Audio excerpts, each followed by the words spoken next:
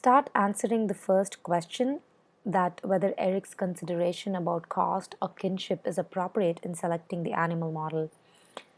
If the research question has to be answered precisely, the right model should be chosen with scientific rigor. The book on laboratory animal management, Dogs, by National Research Council US Committee on Dogs, had some helpful guidelines regarding the criteria to consider while choosing an animal model. Examples of a couple of questions to consider here would be: which species will yield the most scientifically accurate and interpretable results? Which species have special biologic or behavioral characteristics that make them most suitable for the plant studies?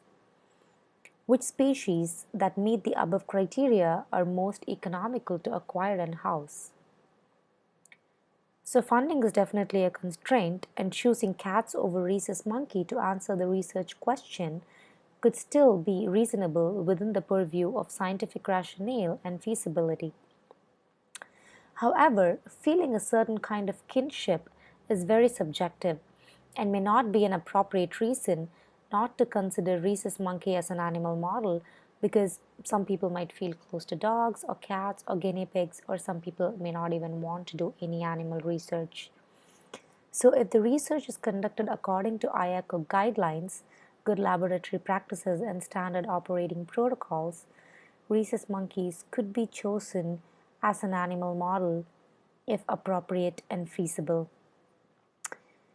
Here, Eric believes that not providing any pain reducing substances at the restraining phase is entirely appropriate. Although restraining may not cause physical pain to the animal, it will cause mental stress that could even confound the results.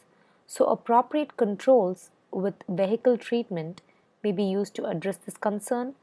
Also, there could be certain anesthetics or analgesics that could be perfectly used in certain conditions or without confounding the results, and more literature research and pilot studies could be conducted to identify such anesthetics or analgesics.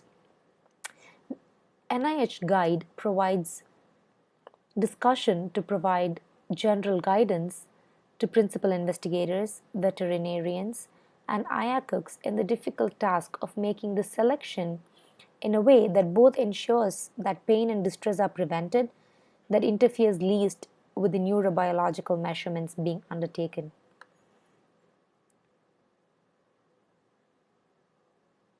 If sacrificing the animal at the end of the study is not necessary, then Eric could only perform the initial restraint and electrode attachment to study the effect of his test drugs on brain activity. While euthanizing the animal is a more, in a more humane way at the end of the study. However, I actually like Thomas's ideas better regarding releasing the animals as pets or to zoos or sanctuaries or into the wild as appropriate. Some of reasonably quick physical ways, if we define that as humane, to sacrifice animals without the use of anesthetics or analgesics would include captive bolt, gunshot, cervical dislocation, decapitation, focused beam microwave irradiation, thoracic compression, exsanguination, stunning, or pithing, according to the American Veterinary Medical Association.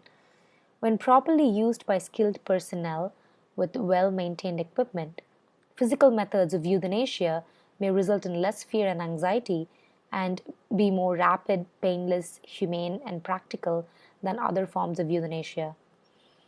Exsanguination, stunning, and pithing are not recommended as sole means of euthanasia, but may be considered as adjuncts to other agents or methods. Next, is it appropriate to use the animals for other unrelated experimental procedures afterward? I think it is not appropriate to use the animal for unrelated experimental procedures afterward unless it is explicitly stated in the protocol and is approved by IACUC. The USDA Animal Welfare Act and the NIH Public Health Service Policy on the humane care and use of animals require that institutions conducting research with animals establish an institutional animal care and use committee which is Ayacook. And what if the initial experiment involved surgery from which the animal would survive? Should the availability or species of the animal weigh in this decision? If the animal would survive a surgery, appropriate use of anesthetics or analgesics should be employed with the help from appropriately trained veterinarian and staff according to NIH guidelines.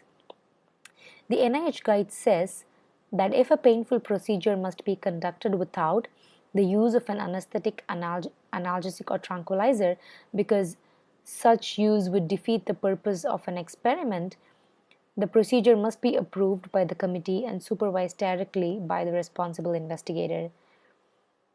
And the species could be chosen based on scientifically rigorous criteria mentioned earlier.